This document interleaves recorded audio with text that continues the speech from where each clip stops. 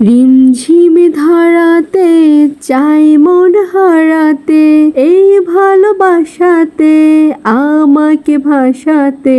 এলো মেঘ যে এলো ঘিরে বৃষ্টি সুরে সুরে শোনাই রাগিনী, মনে স্বপ্ন এলো মেলো, এই কি শুরু হলো প্রেমের কাহিনী। অনেক বৃষ্টি হচ্ছে, বৃষ্টিতে ভেজার খুব শখ ছিল গত কয়েকদিনই। যখনই বৃষ্টিতে ভিজতে এসেছি বৃষ্টি ছেড়ে গেছে। আশা করি আজকে আলহামদুলিল্লাহ ভিজতে পারবো। আসসালামু আলাইকুম, কেমন আছেন সবাই? কাছে দূরে দেশে বিদেশে যে যেখান থেকে আজকের ভিডিওটি দেখছেন, আশা করি সবাই আল্লাহর রহমতে অনেক অনেক ভালো আছেন। আমরাও আলহামদুলিল্লাহ ভালো আছি।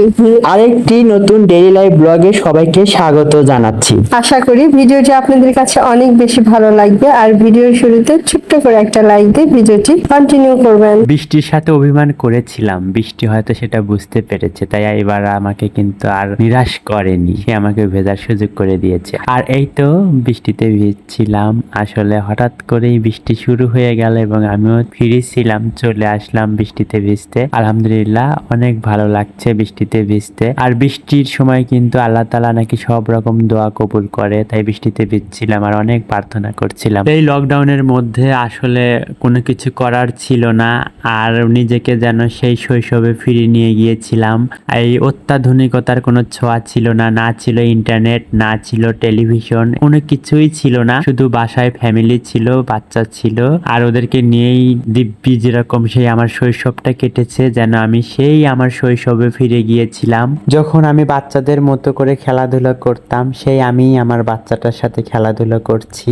আর বৃষ্টি হচ্ছে, দৌড়ে গিয়ে বৃষ্টিতে ভিজছি। বয়স বাড়ার সাথে সাথে হয়তো অনেক কিছুই আর ওরকম চাওয়া পাওয়ার দাম থাকে না। এখন বৃষ্টি নামলে হয়তো অনেকেরই দেখা যায় যে বৃষ্টিতে একটু হাতটা দিয়ে বৃষ্টিকে ছুবে, সেরকম প্রত্যাশা আকাঙ্ক্ষা মনের মধ্যে জন্মই নেয় না। কিন্তু একটা সময় বৃষ্টি হলে টিনের ঘরের জানালার শিক ধরে বাইরে হাতটা দিয়ে বৃষ্টিতে মানে হাতটা ভেজাতাম, বৃষ্টিকে স্পর্শ করতাম, সে কোনো রকম অনুভূতি। সেই শৈশবটাই যেন এখন একদম আমার সামনে এসেছে। কিসের বড় হওয়া, কিসের কি, মনে হচ্ছে যে আমি আমার শৈশবে ফিরে গিয়েছি। আসলে মাঝে মাঝে এরকম ইন্টারনেট না থাকাটা হয়তো আমাদের জন্য আশীর্বাদ। এই দিনটার ফিলিংসটা আসলে অন্যরকমই ছিল। অনেক দিন পরে সেই শৈশবের একটা স্বাদ ফিরে পাচ্ছিলাম। আর এই লকডাউন ইন্টারনেট বিহীনের দিনগুলোতে বারবার মনে হচ্ছিল যেন আমরা আমাদের সেই শৈশবে ফিরে গিয়েছি। আসলে নেটবিহীন কয়েকটা দিন আমাদের কেমন কাটিয়েছি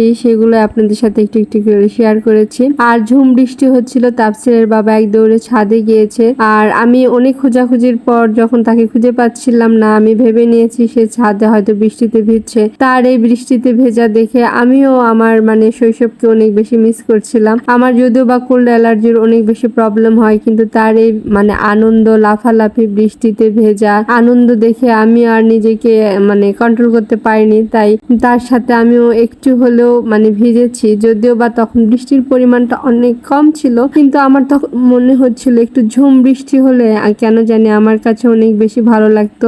যাই হোক, এই সময়টা যে ক্যামেরা বন্দি করতে পেরেছি সেটাই আমার কাছে অনেক বেশি ভালো লাগছে। আমি তো বাচ্চাদের মতোই আমার সেই শৈশবে ফিরে গিয়েছি, আর সেই সাথে যেন তাফসিরের আম্মুকেও আমার শৈশবে আমি পেয়েছি, যে কি এক অন্যরকম ফিলিংস সেটা বলে বোঝানো যাবে না। আমি আমার সেই হারানো শৈশবে আমার প্রিয়তমাকে খুঁজে পেয়েছি। আসলে এটা একটা আশীর্বাদ ধরে নেব। আর এই যে একটু পাগলামি করছিলাম ঘুরতে বৃষ্টির মধ্যে, আসলে দুই হাত ছড়িয়ে ঘুরতে ঘুরতে মাথা ঘুরে পড়ে যাচ্ছিলাম, যদিও একটু পাক ধরেছিল, এটাই, আর তেমন কিছু না, আর মজা করছিলাম। বৃষ্টিতে ভিজতে আমার বরাবরই ভালো লাগে, আর সেই সাথে যদি প্রিয়তমা বউটা ভেজে, আমার খুব শখ ছিল ও আমার সাথে ভিজবে। আসলে ওর কোল্ড অ্যালার্জির কারণে কখনোই ওর সাথে ভেজা হয়নি, তবে এই লকডাউনটাও আমাদের সুযোগটা করে দিল, আলহামদুলিল্লাহ। আর আমাদের এইরকম দেখে ছেলে কি আর থাকতে পারে একা ঘরে? সে বাবা মা কোথায় গেল সেই খোঁজে সেও কাজে চলে এসেছে।